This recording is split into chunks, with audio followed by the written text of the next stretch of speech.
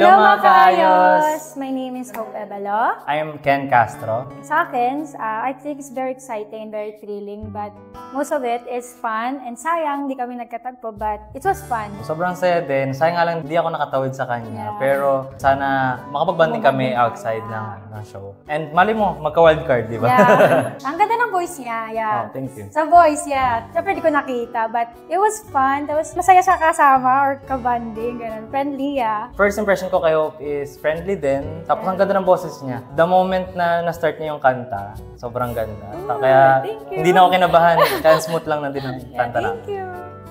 Ken, siguro hopefully someday magkaban tayo kahit hindi tayo nagkatapos this journey. But I hope someday we could have fun, we could have perform to others, to inspire others, yeah. For you naman, Hope, sana magkabanding pa tayo soon. And huwag kang mag-give up sa pagkanta. Tuloy-tuloy mo lang yung pagkanta. Sure, same with you have a talent. You're pretty. Yeah. And may star quality ka. Tuloy-tuloy lang natin yung pangarap. Thank you. Thank you mga kaayos.